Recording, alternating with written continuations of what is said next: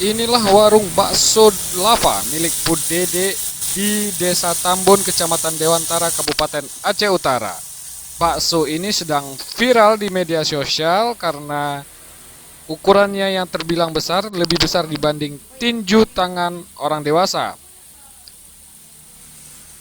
Namun bentuknya agak mengkerucut. Setelah dibuat mengkerucut lalu dibakar. Sangat panas itulah bakso itu dihidangkan. Cabai merah digiling menjadi bumbu yang dibalur ke bakso mengeluarkan asap itu. 2 mangkok berisi kuah bakso dan 1 lagi berisi mie turut dihidangkan.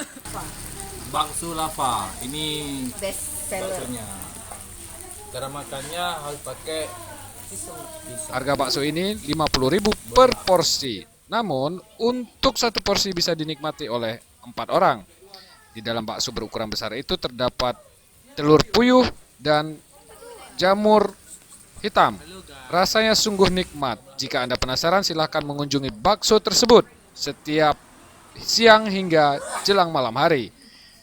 Dari Aceh Utara, Rizky melaporkan untuk Bakatahun TV.